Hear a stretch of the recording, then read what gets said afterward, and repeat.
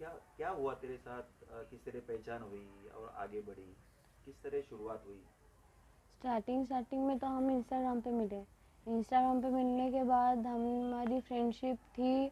1 साल तक हम फ्रेंड्स रहे, अच्छे बेस्ट फ्रेंड्स बन गए धीरे धीरे। फिर थोड़े दिनों बाद क्लोज फ्रेंड बनने लगे। ऐसे एक 1.5 साल तक चला। 1.5 साल चलने के बाद हम और ज़्यादा क्लोज हो गए। क्लोज होने के बाद हम रिलेशनशिप में आ गए। 1 साल के चैट्स वगैरह, तो फिर रिलेशनशिप में हमारा ऑनलाइन रिलेशनशिप हो गया। मतलब इतना क्लोज हो गया कि वो इमोशनली अटैचमेंट था पूरा, टोटली। फिर उसके बाद हम कहीं घूमने गए थे हमारी फैमिली के साथ। तो हम वहाँ से आ रहे थे, हम तो वहाँ से आते आते इंदौर रुके। इंदौर में हमारी एक दोस्त है जो उसकी भी दोस्त की दोस्त है। वो दोस्त, उसने प्लान बनाया कि अपन मिलते हैं। तो हमने प्लान बनाया, फिर हम गए वहाँ पे मिले। हमने वहाँ पे थोड़ा टाइम स्पेंड किया। फिर हम वापस हमारे गांव आ गए। गांव आने के बाद हम आए तो ज़्यादा क्लोज हो गए कि अभी अभी अपना रिलेशन इतना स्ट्रांग हो गया कि अपन मिल भी चुके हैं, एक दूसरे को जान भी लिया हमने, देख भी लिया, पहचान भी लिया। फिर उसके बाद उसने मुझे बताया कि इस्लाम एक बार देख के देखो, एक बार जान के देखो, इस्लाम बहुत अच्छा है। तो ऐसे करते करते फिर उसने स्टार्टिंग में मेरे को जाकिर नाइक की वीडियोस सेंड करी।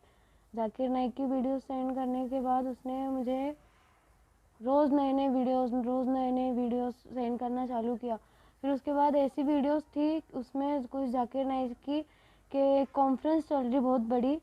उस कॉन्फ्रेंस में जाकिर नाइक अकेला मुस्लिम है और बाकी जितने भी कॉन्फ्रेंस के लोग हैं वो सारे हिंदू हैं।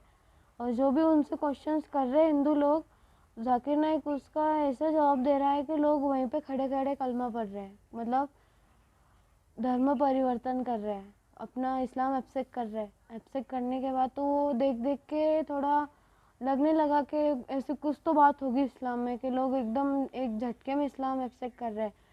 फिर भी मैं देखी देखी, फिर भी उसने एक बार ट्राई किया कि इस्लाम एक्सेप्ट करवाने का, फिर मैं नहीं मानी। तो फिर उसने ऐसे ऐसे वीडियो सेंड करी कि हिंदू पंडित बहुत सारे और जाकिर नाइक, इन सब की कॉन्फ्रेंस चल रही। ऐसे 15-20 हिंदू पंडित थे, 15-20 उनके कोई मौलाना वगैरह कोई होंगे। ऐसे उनकी कॉन्फ्रेंस चल रही थी कि वो खुद हिंदू लोग अपने मुंह से बता रहे थे कि इस्लाम में सब चीज़ का सॉल्यूशन है, इस्लाम सबसे पहले आया है, इस्लाम में ऐसा है, इस्लाम में ऐसा है। तो उनको देख के लगने लगा कि खुद हिंदू लोग बोल रहे हैं कि इस्लाम बेस्ट है, तो फिर अपने को एक्सेप्ट करने में हर्जी क्या है। तो इस्लाम एक्सेप्ट करने की ऐसे इच्छा हो गई कि अपन भी इस्लाम एक्सेप्ट करेंगे, अपन जान रहे हैं सो। तो फिर सैम ने मुझे बताया कि अभी तो ये तो स्टार्टिंग है, अभी इस्लाम एक्सेप्ट जानना बहुत बाकी है, अभी तो सिर्फ ट्रेलर दिखाया है।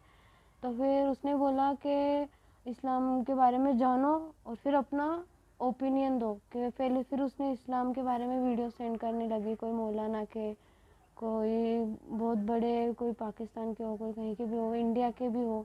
ऐसे वीडियोस देना स्टार्ट करी, जिससे मेरा माइंड इतना चेंज हो गया कि अभी जो है वो इस्लाम ही सबसे बेस्ट है, अल्लाह एक है। तो उसको भी भरोसा हो गया कि ये पूरी तरह कन्वर्ट हो चुकी है, कि वो रेडी है इस्लाम एक्सेप्ट करने के लिए। तो फिर उसको बहाना मिल गया मुझे बुलाने का, इंदौर।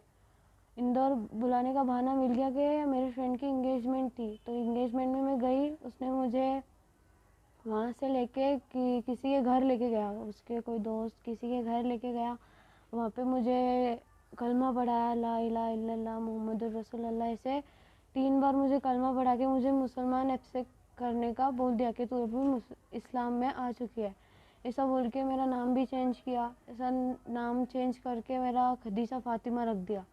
नाम चेंज करने के बाद उसने वहाँ पे हमारा निकाह भी करवाया, ओरली निकाह, जस्ट अनलीगल था लेकिन ओरली था, मतलब उसमें कोई डॉक्यूमेंट्स वगैरह कुछ भी नहीं थे। हमारा निकाह करवाया वहाँ पे। फिर वहाँ वहाँ से हम, फिर निकाह करवाने के बाद मुझे गाजर का हलवा खिलाया वहाँ पे, कि एक खुशखबरी मिल गई उनको कि अभी अब मैंने इस्लाम भी एक्सेप्ट कर लिया, हमारा निकाह भी हो गया, तो उसकी खुशी में कुछ मीठा हो जाए, ऐसा बोल के गाजर का हलवा भी खिला दिया। फिर वहाँ से हम वापस इंगेजमेंट के जगह आए। फिर वहाँ से मैं वापस मेरे गांव आई।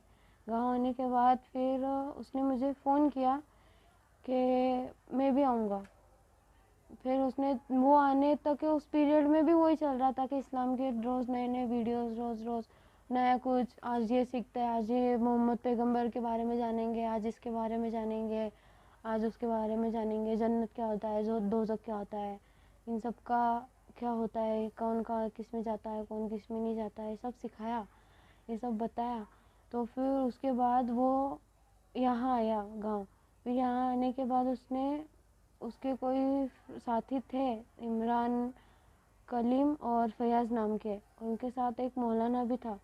तो उन्होंने वो यहाँ पे आया, मुझे वहाँ पे बुलाया बस स्टैंड पे बुलाने के बाद उन्होंने मुझे मदरसा ले जाने के लिए फ़ोर्स किया, लेकिन मैं जाने के लिए मना करी तो उन्होंने, उन तीनों सारों ने मुझे ज़बरदस्ती बिठा के मदरसा लेके गए।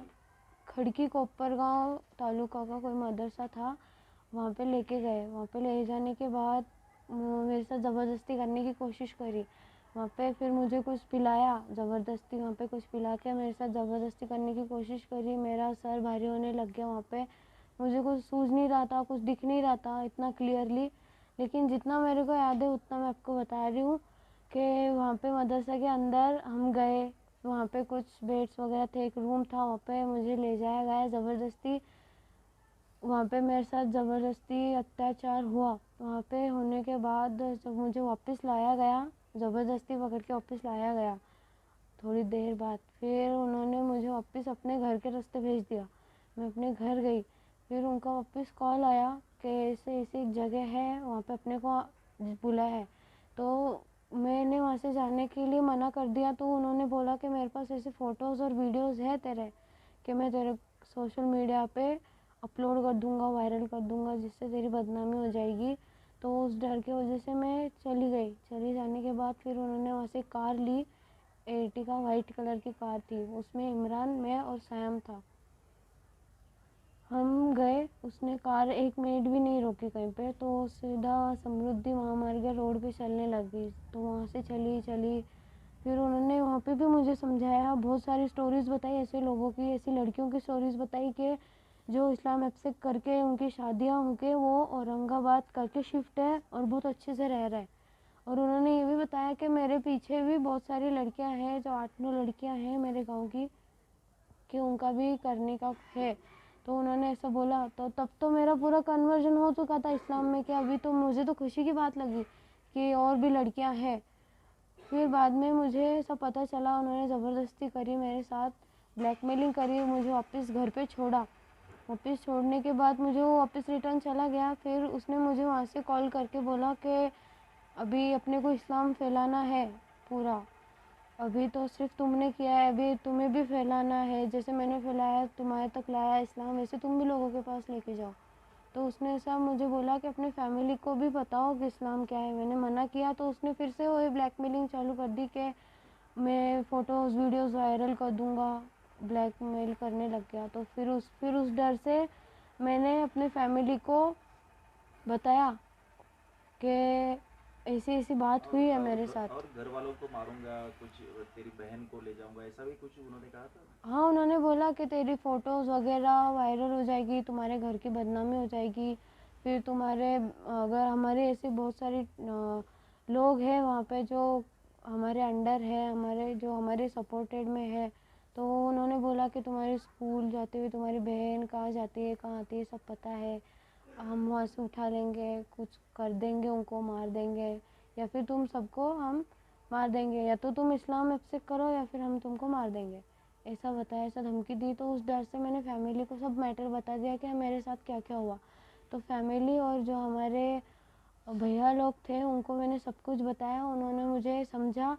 फिर वो उन सबको लेके, उन सबकी डिटेल्स निकाल के मैं पुलिस स्टेशन गई। लेकिन पुलिस स्टेशन पे ले जाने के बाद उन्होंने बोला कि जो भी मैटर है उसमें सिर्फ आरोपी आएगा। तो फिर मैंने ऑब्जेक्शन उठाया कि सिर्फ आरोपी कैसे आएगा, उनमें जो सपोर्ट करे बहुत सारे लोगों ने, उनका नाम क्यों नहीं आएगा। तो उन्होंने इतना मैटर सीरियस नहीं लिया। तो फिर हमारे भैया लोगों ने फोर्स करके और कुछ उनको समझा के कि ऐसी बात नहीं है, जो सिर्फ आरोपी है सिर्फ उसके ऊपर नाम नहीं ले सकते, बाकी जिन्होंने भी सपोर्ट किया उनका भी नाम आना चाहिए। तो ऐसा करके फिर हमने फाइनल एफआईआर दर्ज करवा दी। तो अभी तेरी क्या मांग है, इन लोगों को क्या सजा होनी चाहिए? जिस तरह तुझे फंसाया, बाकी लड़कियों को भी ये ना फंसाई, इसलिए क्या सजा होनी चाहिए? उनको तो ऐसा सबक सिखाना चाहिए कि वो बाद में कुछ ऐसा कर नहीं पाए। ऑब्जेक्शन कोई मतलब ये सोचने से पहले, करने से पहले बहुत बार सोचे कि एक लड़की ने अपने ऊपर इतना केस वगैरह कर दिया तो इतना इतना स्ट्रांग होना चाहिए कि बाद में उसको करने के लिए बहुत बार सोचना चाहिए। उनकी टीम टीम मतलब जो भी बनी हुई है वो भी पूरी क्रैक हो जानी चाहिए कि अभी नहीं करेंगे अपन ऐसा सब। जिस तरह तुझे फंसाया गया इस जाल में, बाकी लड़कियों को क्या कहोगी तुम कि क्या उसने किस तरह ये मैं इतना ही बोलूँगी लड़कियों को कि लड़के ऐसा नहीं है कि सिर्फ अपनी ओरिजिनल आईडी से ही आपको फॉलो करते हैं या आपको फंसाने की कोशिश करते हैं। वो लड़कियों के आईडिया से भी थ्रू करते हैं, वो खुद लड़की बन के भी बात करते हैं। तो आप बस सोशल मीडिया से, इंस्टाग्राम से, फेसबुक से इतना अलर्ट रहो कि आप फंस नहीं पाओ। आप किसी के ऊपर भरोसा करने से पहले सोच लो कि आप किसके ऊपर भरोसा कर रहे हो, किसके ऊपर नहीं कर रहे हो। पूरा बैकग्राउंड जानने के बाद फिर उससे अगर आपको लगता है कि ये ठीक है तो उससे बात करो, नहीं तो मत करो।